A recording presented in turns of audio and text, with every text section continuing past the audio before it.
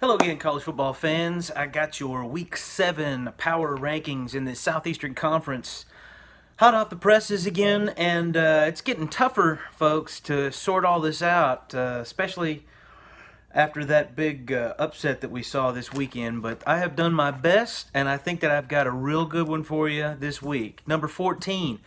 I got Vanderbilt. This is a vintage Vanderbilt team, and they are holding on to that 14 spot with a gorilla grip right now.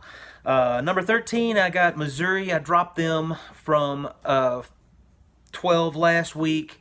I just feel like that was an underwhelming performance against North Texas, a group of five team, as they say. And Missouri has been nothing but underwhelming this year, and they just don't seem to be able to do anything very well.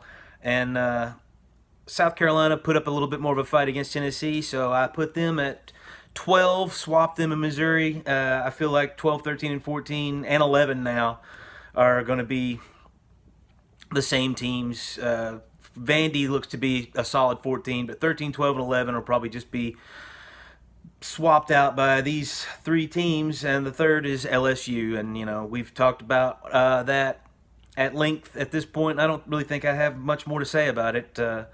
That's going exactly as I had expected. Number 10, Mississippi State. And I dropped them 2 spots, and they were just a victim of their off week. Other teams did impressive things that I couldn't put them below Mississippi State. So I'm just going to keep them there at 10 right now. I feel like that's a good spot for them given the things that the other teams ahead of them have done. Number 9, Tennessee. I really wanted to move them up, but because of, Texas A&M, obviously cannot be lower than them right now after what they did. So I just had to keep Tennessee where they are, even though they look very, very impressive. And I wanted so much to move them much higher than this, but I just can't right now. Number 8, I got the Auburn. And this was another tough one. This middle part was really, really tough because we've got a lot of 2-loss teams. And I just feel like Auburn is at number 8 because their 2 losses are just slightly a little bit worse than number 7's 2 losses, and that's Arkansas, who looked great. They're staying pat from where they were last week. Certainly no need to drop them after that performance. And I can't move them up because at number 6 I got A&M. That's the most impressive performance by any team outside of Athens in the SEC this year. They've got ugly warts, like Jimbo said, and that's why they are at number 6. But you cannot keep them in the bottom half after they beat Alabama, and they've only got 2 losses, and they're both conference losses against conference teams that look better than probably expected in the preseason. Number 5, I got Florida. I had to drop Florida because Ole Miss looked so good.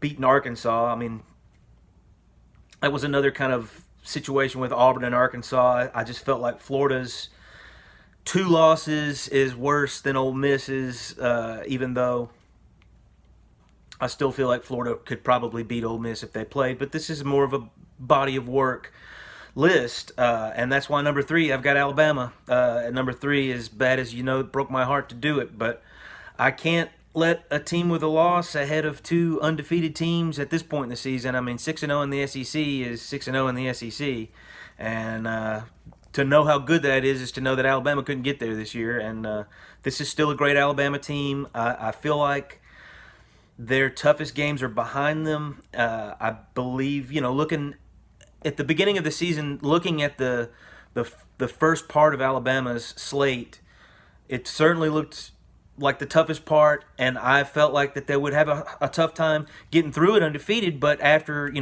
seeing what happened to Texas A&M in their first few games, and watching Alabama handle Florida, in a tough swamp situation, and then doing what they did to Ole Miss, it just seemed like they had navigated the waters. But I definitely hit the accelerator a little too fast on that one.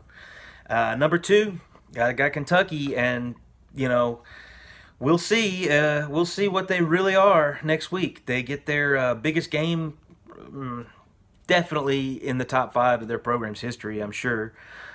coming up against the number one team, the mighty Georgia Bulldogs. And, you know, what they've been able to do the last few weeks with a backup quarterback, for the most part, has been nothing short of terrifying. If you're any other SEC school, especially if you're Alabama, who, you know, everything I said before, you know, would lead me to believe that these two will probably be meeting in Atlanta for the SEC championship game, and Alabama's got a lot of improving to do if they wanna have a chance at beating that team. And I'm gonna keep it a little short this time, and that's my SEC power ranking this week. And I will be coming out with my predictions for Week 7 very soon. Be on the lookout for that, football fans. Thanks.